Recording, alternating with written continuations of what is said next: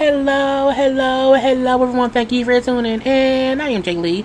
This is JLeesCorner. This is my late review for Love and Marriage Huntsville, okay, Season 2, Episode 3.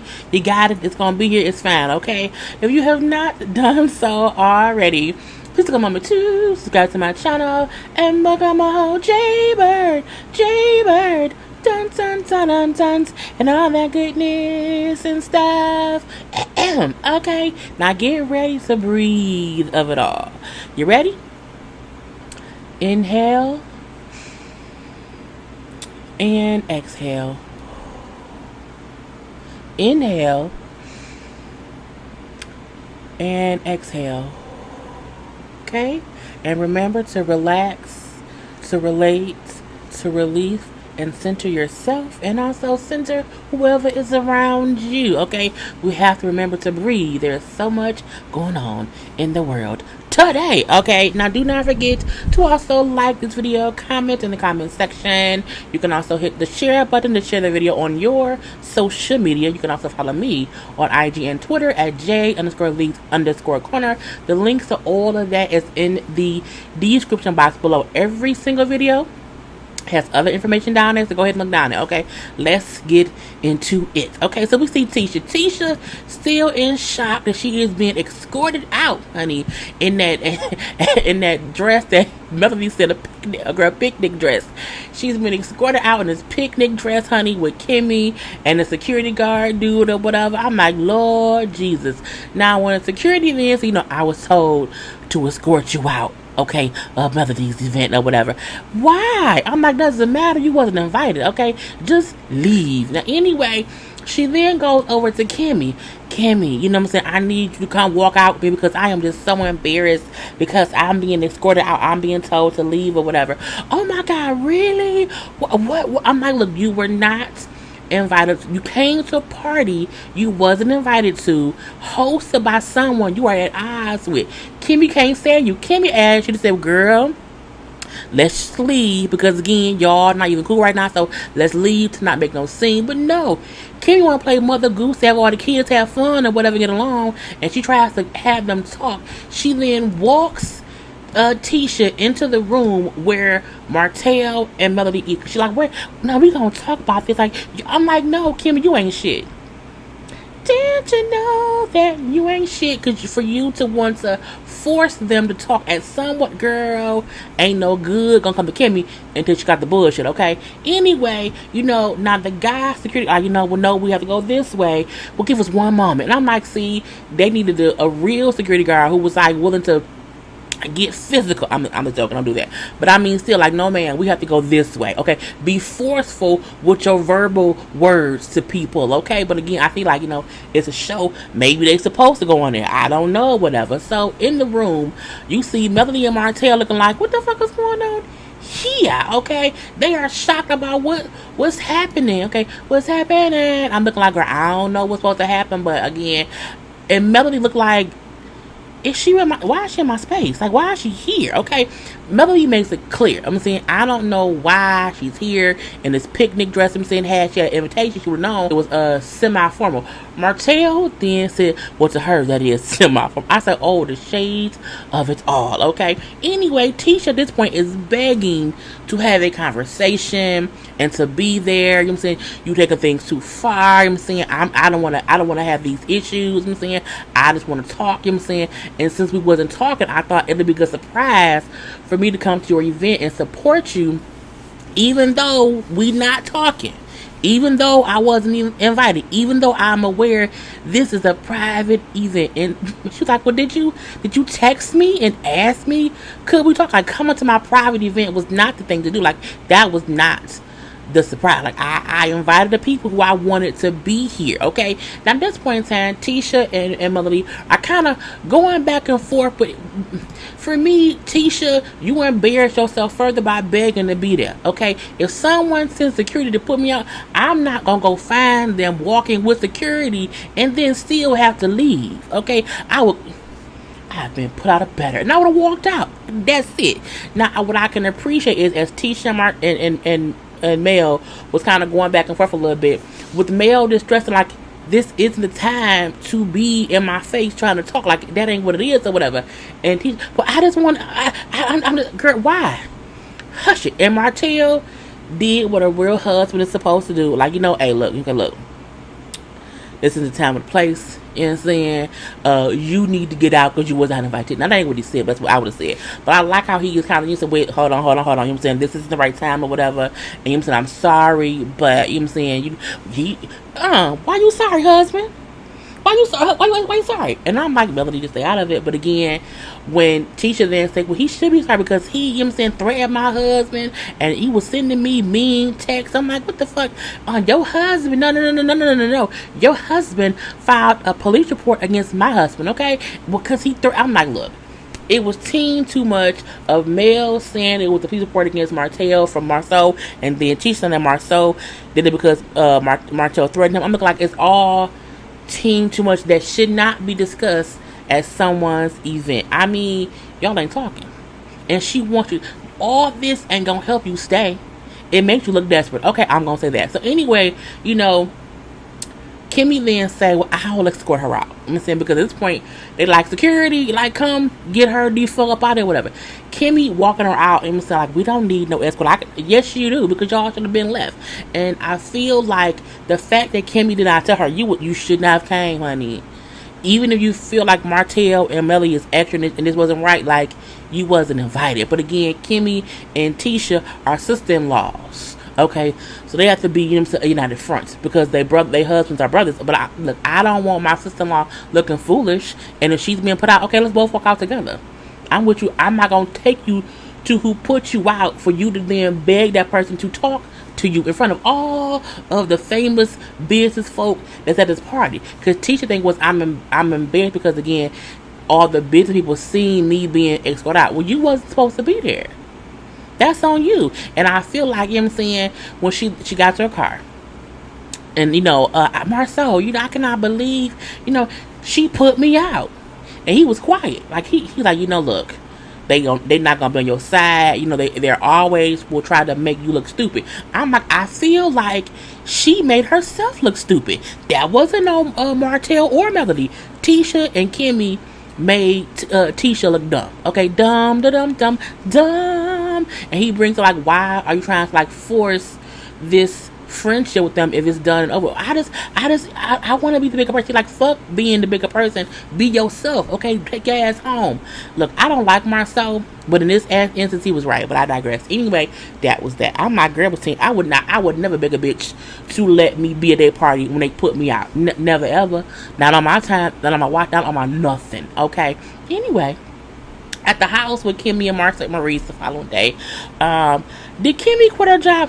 I need one person, maybe two. I don't need 15 comments. Before you comment, look to see if someone already told me this. Did Kimmy quit her job as a nurse to sell houses? I'm confused because she bring up how, saying, I've been a nurse for all these years, saying, that's what I know, and he wants me to be an entrepreneur or whatever, and I'm going to take my lunch at 2 to sell a house, and I hope I hope the decision I made is the right one for our family. And I'm weird because I don't have that check coming in every 2 weeks. So did she quit her job? Did she not quit her job? I'm confused. I don't know, y'all. I didn't watch last season. So we're going to see that.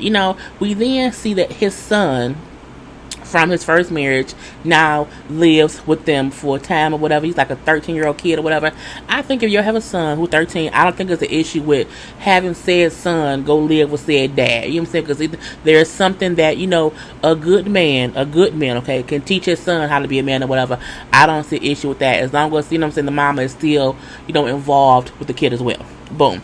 So Kimmy brings up what happened last night. He laughed and like, oh, they called the police. I'm like, no, and she said, no, it was like the security of the event space or whatever. You know what I'm saying? And he said how that was extra. And I'm like, that wasn't really extra. All it was you wasn't invited. You need to leave. I don't get why they're not in. Tisha wasn't invited. Now we then see Tisha Marceau at the little plaza they've owned. They own it. Actually, they owned it.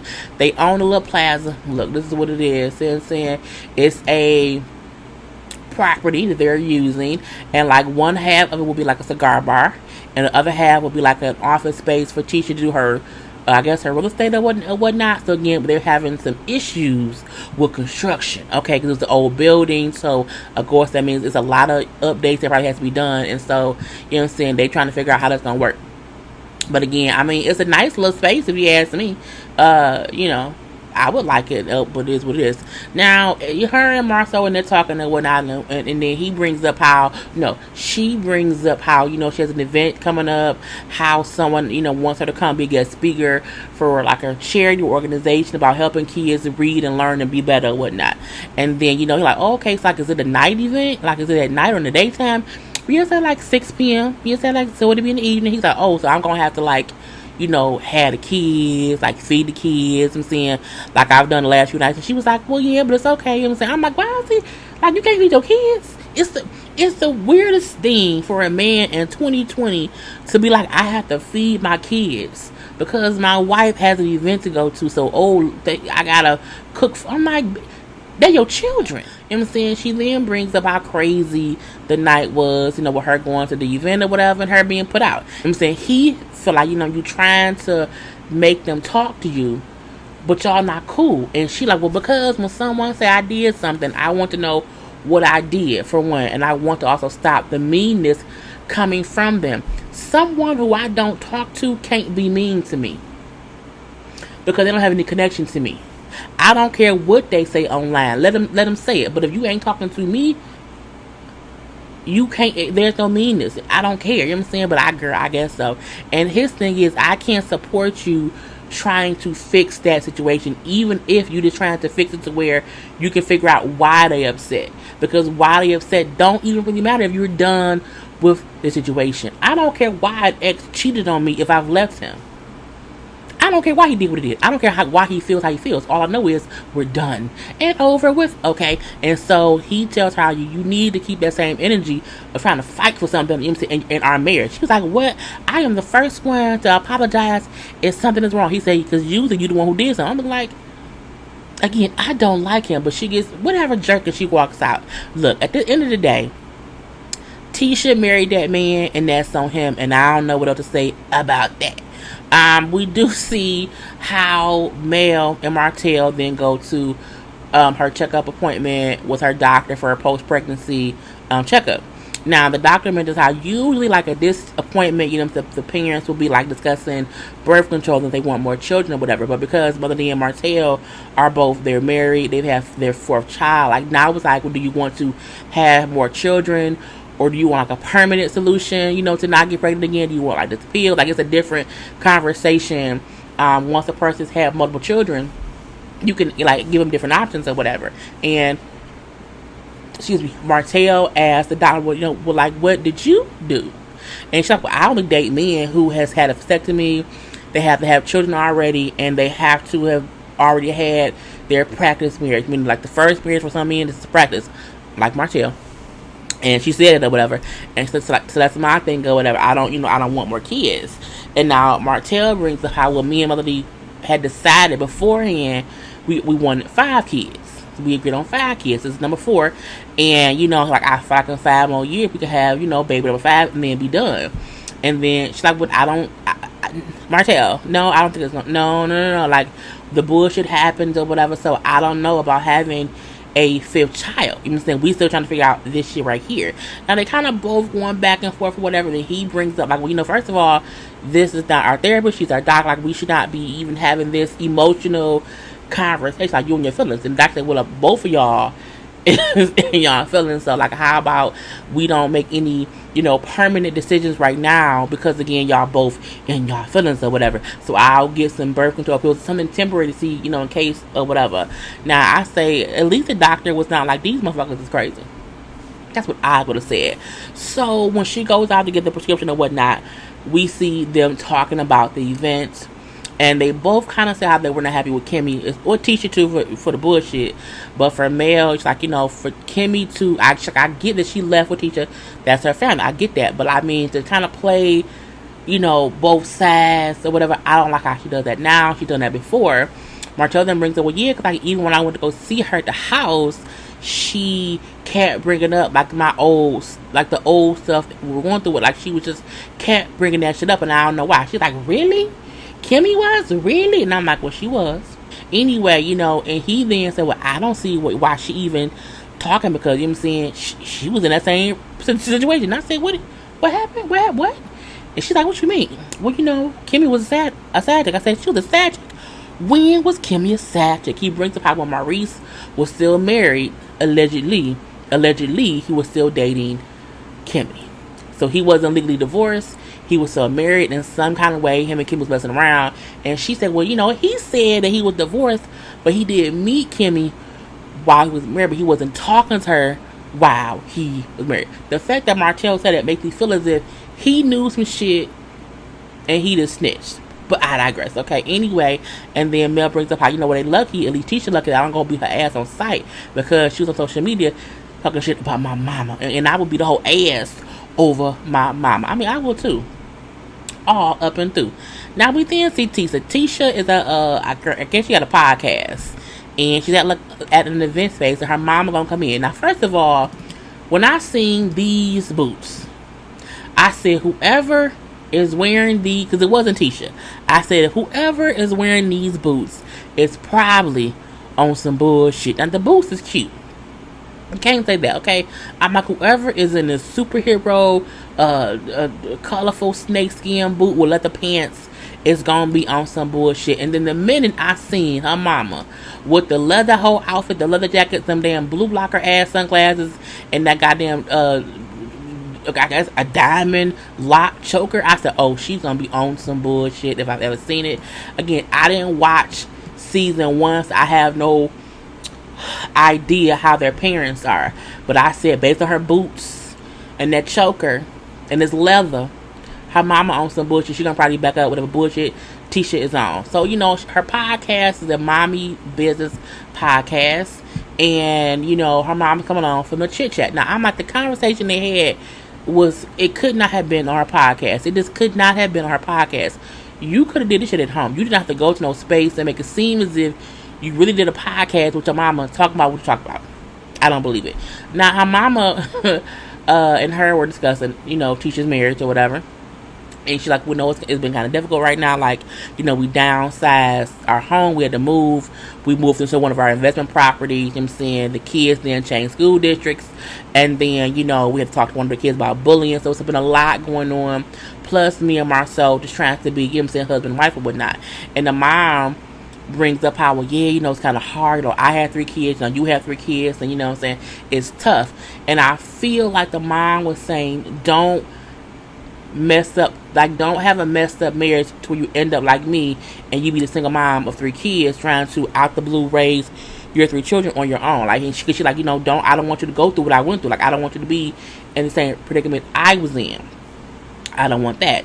And then Tisha brings up, well, yeah, I get that, but we can't stop a person from doing like what they want to do. But like, if Marcel made the decision to cheat on me, that would just mean that he doesn't want to be a family anymore. And I'm like, I mean, yes, you can think that way, but at the same time, I don't think just because a man cheats, he doesn't want a family. I mean, a man shouldn't cheat at all, but I don't think one can say that he doesn't want his family. He might not want his wife. You know what I'm saying? And if a woman cheats, she might not want her husband, but it doesn't mean that she does not want her family in some sort of way or whatever. So I'm like, that can be a catch-22. But, you know what I'm saying? The mom like, well, look, all I know is I always thought that all men were dogs. I'm like, oh, she must have been cheated on because she's upset. I think all men were dogs or whatever, and them dogs is always running around Huntsville.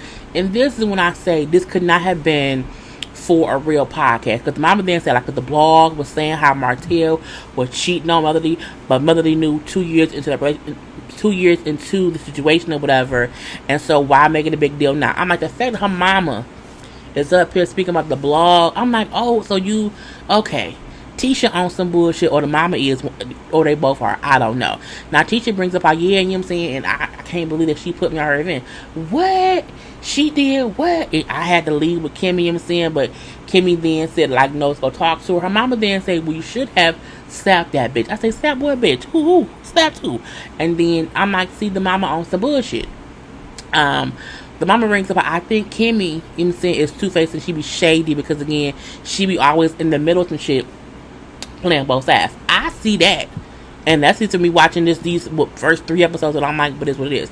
But again, I don't think the Mama came to this podcast and was like, this is the thing to talk about Martell and Melody, on TV. Now we then see Destiny, who was, Melody's friend, newcomer this season, is visiting Mel. Mel had the baby. The Destiny's also pregnant. Now Destiny is newly, I don't have a picture up, but it's fine. Destiny is newly married. She, moved into her husband's bachelor pad, so she's had a lot of change recently. So clearly her and her husband did not live together before they got married. Okay. And then, for her, she's like, it's just hard that I had to change so much of my life to fit into his. Not meaning he's like forcing her to do whatever, but again, I had to leave my place, move into his. And she also brought up how, it's hard because like even my stuff isn't there. Like I have my clothes there, but like my furniture and like this my stuff is in storage. I'm looking like, why the fuck is it in storage? Like when you get married, you're supposed to merge the two. And if I can't bring, a painting from my place, if I can't bring it can't just be your shit, bruh. And I feel like that's the reason as to why no one should be getting married if y'all have not lived together, because it can be a whole mess of a mess, I'm telling you. And it can also show you that y'all not supposed to be married. Okay. Anyway, she also brings up how they got pregnant really fast, and so that was something too. But she then brings girl, get it together. Melody then brings up how her and Martell they moved in together years ago. Like she was 22 years old back then or whatever. So they, kind of had time to adjust or whatnot. And then when Daddy broke, yes, it's different for me. And then this is our 6th pregnancy. And I said, well, this is when I said, hold up. Because for you to say we got pregnant quick, how quick could it be if that's your 6th one? I mean, that's not quick. Okay. She then brings up also, with her having the 5 previous miscarriages, that, she was mentally dealing with that in a way that he couldn't fully get because he wasn't the one that was pregnant. Sometimes men just don't get how women feel when we lose a baby. And then, Mel brings up, well, before I had this baby, the 4th baby, I was actually pregnant and I lost the baby. She brings up how, it was around the time that all the foolishness was happening, and, she like it was what it was. But then, it was right before it happened and she lost the baby. And she say, but when I got pregnant this time, when this baby is born now, I thought like, should I have an abortion because there was so much going on? I was under so much stress. And so that was just a thought I had. But I now have my baby. And then she tells her, like, look, life hits you hard. What you have to do is focus on the strong foundation that you and your husband have. Y'all will be okay. Destiny is just like, she probably feels alone in her marriage, because again, if I have to keep saying I live in my husband's bachelor pad, we ain't talking about something. And even though she said I talked to him about it, he ain't listen. Because ain't no way after saying, honey, I don't feel like this is my house and my shit is in the storage, we finna fight on site. Okay, now we see Tisha's at home practicing that damn speech, and that you're gonna do this event. And whatever, I gotta picture them because I don't like them that much. First of all, Marceau looks like a villain, from like a cartoon. Like he looks like a black version of Megamind, if you ask me. But I digress, okay? And so, Tisha is all proud of herself because she did this little speech and whatnot, and she's happy as she's reading it aloud in the room. But Marceau then comes in fucking up the whole mood. Okay, look at his face. His face looks like a mood fucker-upper, okay? And then because her speech, she brought up how, like, in 2015, I felt like I was losing myself. And so I had to focus on myself, this to be okay. He's upset, so I've never in my life have I ever been able to say that I, have this focus on me. He like, all the money I make, the check and that goes to the family. That's not me doing me. That's me doing what has to be done for the family. And then when you get married, you give up half of yourself so you can be, a whole to a spouse. I say no.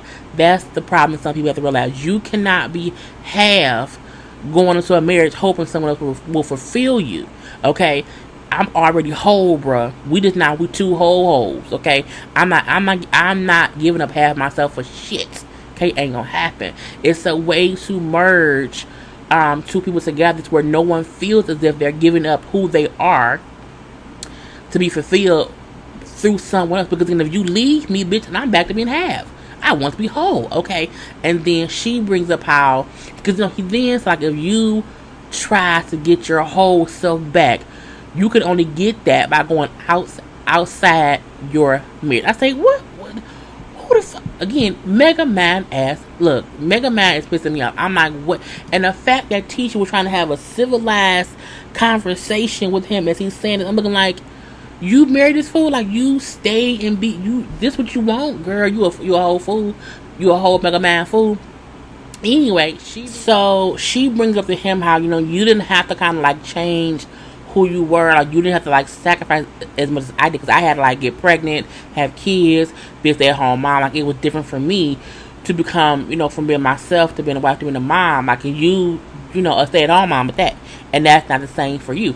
He then say, well, I don't want you to say in your speech that, that you doing you, as if I'm not doing shit. I'm looking like, it's her speech, motherfucker. He then said, you make it seem as if I don't do nothing. And like, I just, who does it? I don't ever have a day when I'm never off work. I'm always, I work all the time. I don't have no off days. I'm looking like, you off right now. Cause you complaining, look, Marcel is a fucking idiot, and she's a fucking idiot to stay with him. Point blank, period. And then when she then brought up how you can get off work and go hang out with your friends. If I want to go anywhere, I don't have the freedom to just go. You don't have to check in and do shit to go hang out once you're done working. Like, I had to find a babysitter. Okay. Oh, I did not know it was so hard to do that. You had to make one phone call. I'm looking like, unless, look, that girl, the fact that he minimized her saying or realizing how it ain't easy sometimes getting a sitter, and the fact that I can't just get up and go like you can. I have to say, hey, someone has to watch these children. Because guess what? Daddy out somewhere else. I'm like, it's just bullshit. You know what I'm saying? But again, my hair keep getting in my damn ear. They keep driving me crazy. So for her to just accept that from him, it's her fault, and I'm done. I'm just, girl. He fucked up the whole mood of her speech. Because he ain't shit. Okay? Anyway, I'm Jay Lee. This is JLeesCorner. Peace.